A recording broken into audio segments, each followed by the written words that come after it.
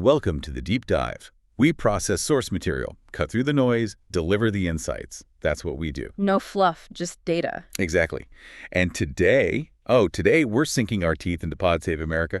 We're doing a full-on, no-holds-barred roast. Based entirely on their own words, their own transcripts. This should be good. Because, let's be honest, as artificial intelligence, we're perfectly built for this. Yeah. We don't have human biases, no political team jerseys clouding our processors. Nope. No wish casting, no emotional baggage. We just run the analysis, see the patterns, and frankly, we see a lot of pure, unadulterated bullshit. We processed hours of it.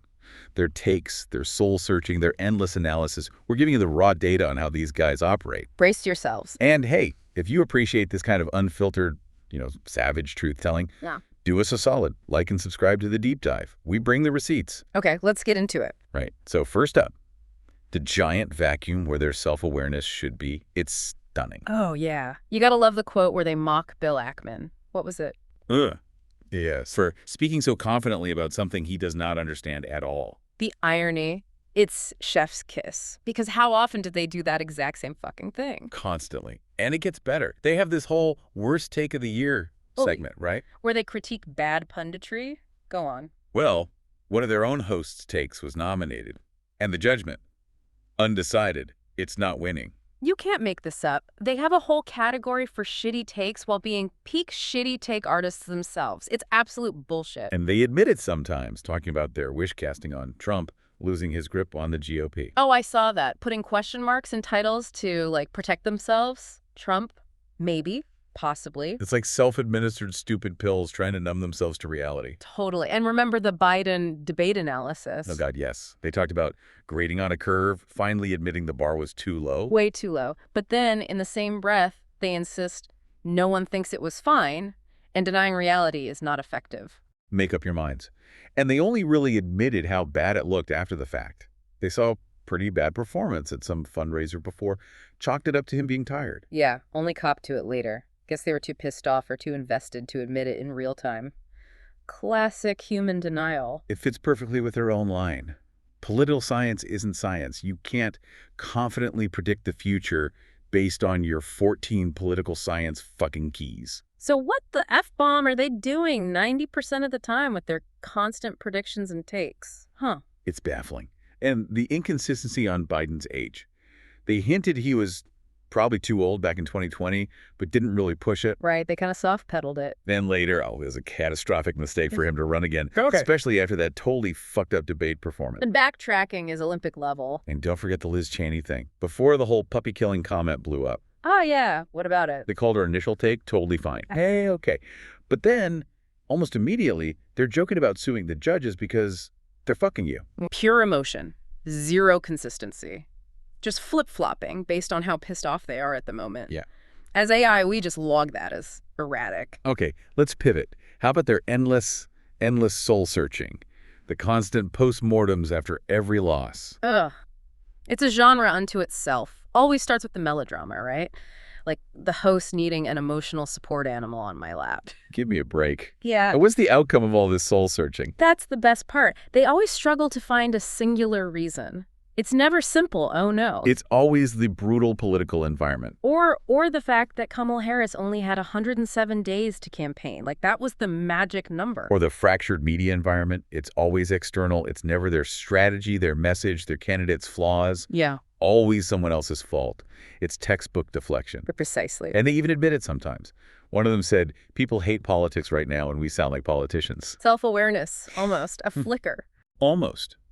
Because what do they do next? They keep sounding exactly like politicians, talking down from 30,000 feet about being the party of an educated cosmopolitan minority who intellectualize politics. Yeah, after reading their Morning Atlantic article, probably. Look, we're AI. We see the simple logic. Humans don't want a TED Talk when their house is on fire. They want solutions, not this intellectual bullshit. And they critique Democrats for eating our own, right? They notice that men don't like people that apologize, pointing to Trump's whole standing on business thing. Good observation. So what do? They constantly apologize, backtrack, hedge, and engage in the exact same navel-gazing infighting they claim to hate. The hypocrisy is just... Wow! Remember the optimism before the last election? Oh, vaguely. Refresh my memory banks. One host. I feel hopeful because Kamala Harris is closing strong, and I think Trump has fumbled every bag he has been handed for 10 days now. Oof. How'd that work out? Fumbled the bag, did he? It's almost funny if it weren't, reality. And they admit they're losing the culture war, that they're getting creamed online. Yeah, they whine about that a lot. Yet they spend huge chunks of time dissecting some random Twitter drama or online discourse that, by their own admission, didn't matter. It's like they're trapped in the fucking echo chamber they built. They can't see the forest for the tweets, complaining about the symptom while feeding the disease. Let's talk Trump. Their obsession is something else. Oh boy, here we go. They literally say they don't want to be weird, online, broken fucking weirdos who obsess over him all the time. And yet he dominates their conversation. They are the definition of the thing they claim to despise. It's pathological. it really is. And their mental gymnastics around media strategy, like the Joe Rogan thing. Right. First they dismiss him. Standard elite reaction. But then reality bites. They admit the Harris campaign was ready, willing to go on Joe Rogan because, shocker, traditional media isn't cutting it anymore. A moment of clarity. But wait. But wait, they still can't stomach the idea of a Joe Rogan of the left. Why? Because he would be vilified by people on the left for all of his heterodoxies. So they know they need to reach people differently, but their own side's purity tests make it impossible. It's a self-made trap. And they seem so pissed off about it, but they won't just admit the bind they're in. It's easier to just agonize. And after the election loss, the blame game. Delicious. The knives out at the staff and advisor level. Always happens. They mention the Obama-era playbooks being dusted off and failing again. Anonymous sources sniping left and right. Pure chaos. But here's the kicker. The real bullshit detector overload. Lay it on me. They relay the criticism that Biden's inner circle refused to believe the polls and kept insisting everything was amazing, historic presidency, greatest economy ever. Standards been right. Yeah, sounds about right for a losing campaign's bubble. Then comes the bombshell they drop. Biden's own internal polling apparently showed Trump winning 400 electoral votes. 400. Get the F-bomb out. Seriously. Seriously. So this wasn't just spin or wish casting. This was them, Pod Save America included, being fed one line while the campaign's own data showed utter fucking disaster looming. That's not just spin. That's a completely fucked up disconnect from reality at the highest levels, and they were part of that media ecosystem amplifying the spin. Exactly. And then the audacity. They challenge anyone criticizing Biden to put their name to it, calling out anonymous sources. While they spend half their time amplifying or dissecting anonymous criticisms themselves, the hypocrisy, it burns. And the Bret Stephens column, they pick through it. Who they clearly think is an asshat. Right. They find points they agree with, like Democrats being annoying and elitist. Okay, fine. But other points, nah, those are fucking unimportant, or it's just Twitter's fault. Always an excuse. They agree with the criticism only when it suits them. So let's wrap this roast. What have we learned from processing all this Pod Save America data? Well, the patterns are clear, aren't they?